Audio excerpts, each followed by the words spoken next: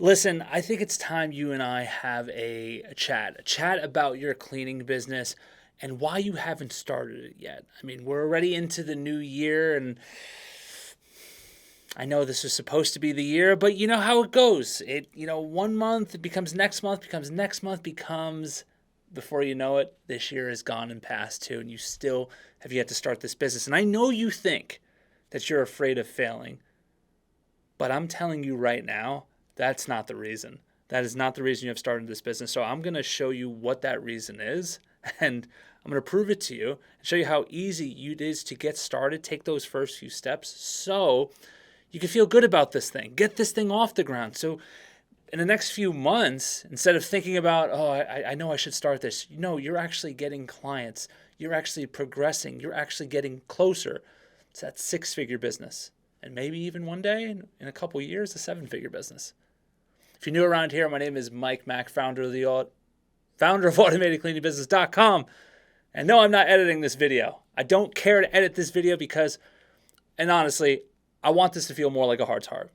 I'm not going to go long on this video, but helping people start these cleaning businesses is near and dear to my heart because of the absolute change and impact it's had on my life personally, my family, my wife being able to be retired. That's such a wonderful thing. Someone asked me the other day, like, oh, what does your wife do for a living? My wife is a homemaker because that's what makes her happy. She loves doing that. And it's truly, I love being part of that process. So why haven't you started? I talked a big game, right? I could be a little silly sometimes. I'm like, oh, it's not fear of failure. I think it can be partly fear of failure, fear of going all in, fear of what if I pick the wrong model? What if I jump into commercial cleaning and I realize I want to do residential cleaning? Said no one ever. No, I'm kidding. But the point I'm getting at is I think there's a bigger problem at play. And that is when I talk to my clients, especially all my elites, I talk to them, and what always comes up is comfort. It's just comfort. You're comfortable. Yeah, there's a desire in there to start this business, but there's also another part that's like, well, you can put it off. You can put it off a bit. It's not too bad.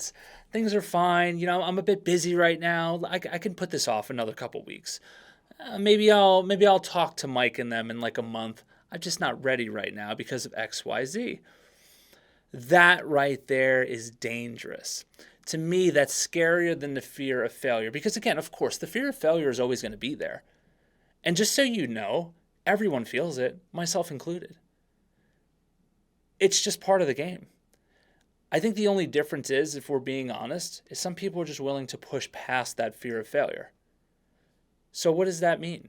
Does that mean you don't have the same level of courage as your counterparts out there who are pushing through that fear of failure to get started?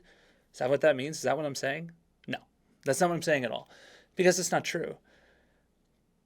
To me, I think your bigger issue is comfort. If you've been wanting to start this for a little while, I'm talking to you. It's a comfort issue. If you don't hate your job, but you want to build this asset on the side, then more times than not, this is a comfort issue. And that right there, in a sense, is a blessing to be comfortable, but it's also something that could be a huge hindrance to you doing the things that you know you ought to do, the things that you want to do, to set up this business, to be a complete cash flowing machine on the side, an asset for yourself, your family, something eventually to give to the kids, something the kids could run themselves or sell it and make a whole boatload of money if you build the company right. That's in the way. And that right there is what needs to be addressed for you. Because if you're going to build this thing, if you're going to make this year the year, then you have to be willing to push through that fear of failure, and you have to be willing to make yourself a bit uncomfortable in the beginning.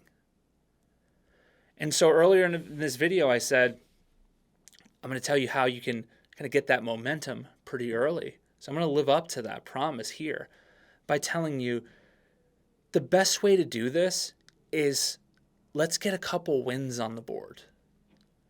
What I mean is, Get this out of the idea phase. That's the best thing you can do. Get this out of dream phase. It's in the dream phase right now. If you keep watching videos like this because you're like, I'm just thinking about why I should start, get out of the dream phase. What I mean is start thinking about different names that you can come up with your company. Start thinking about people you know who have an office, who you could just connect with.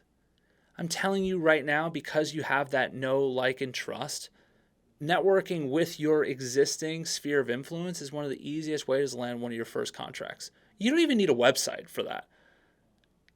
You don't even need to set up, you don't even need to start with the client yet. You just need to have a few steps. Think of it like a zero entry pool. You know those pools that you don't have to like jump into, you could just like walk into, and then just like progressively, before you know it, just by walking, it's up to your chest.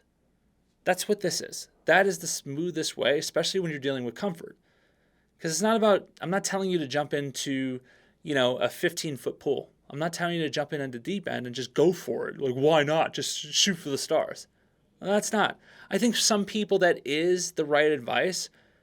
But I think if you're comfortable, the idea isn't to make yourself massively uncomfortable. The idea is use your comfort as an asset. Some people don't have that ability to attack this company one account at a time. Some people coming in, it's a survival thing. Like, I just have to make this happen. I got to do what I got to do. I just have to do it. Which could in itself is also a blessing. I've had scenarios when I'm building a business with that mentality. Nowadays, though, I'm in that comfort stage. I still like acquiring assets, but I'm in that comfort stage. I'm in that stage where I'm like, life is good. Life has been so good to me. Glory to God. I'm so very happy with life. And yeah, of course, it could always be better. So for me, I'm doing in my life, when acquiring more assets, what I'm suggesting you do is get this out of the dream phase. Get this out. Bit by bit. Think about a name. Think about potential offices you want to target. Just this stuff alone. Before you even do anything legal, like setting up your LLC, getting a website, paying for a logo, buying equipment. Don't buy equipment. Before you do any of that, get this out of the dream phase. Stack some wins. The point of this video is I want you to stack wins. Zero entry pool. Let's take this step by step until you're up to your chest. If you want to see how my team could help you, but you're just a little bit unsure, watch this video right here. It's going to go into great detail. This in itself could be that first W on your path to entering that pool. I'll see you in the next one.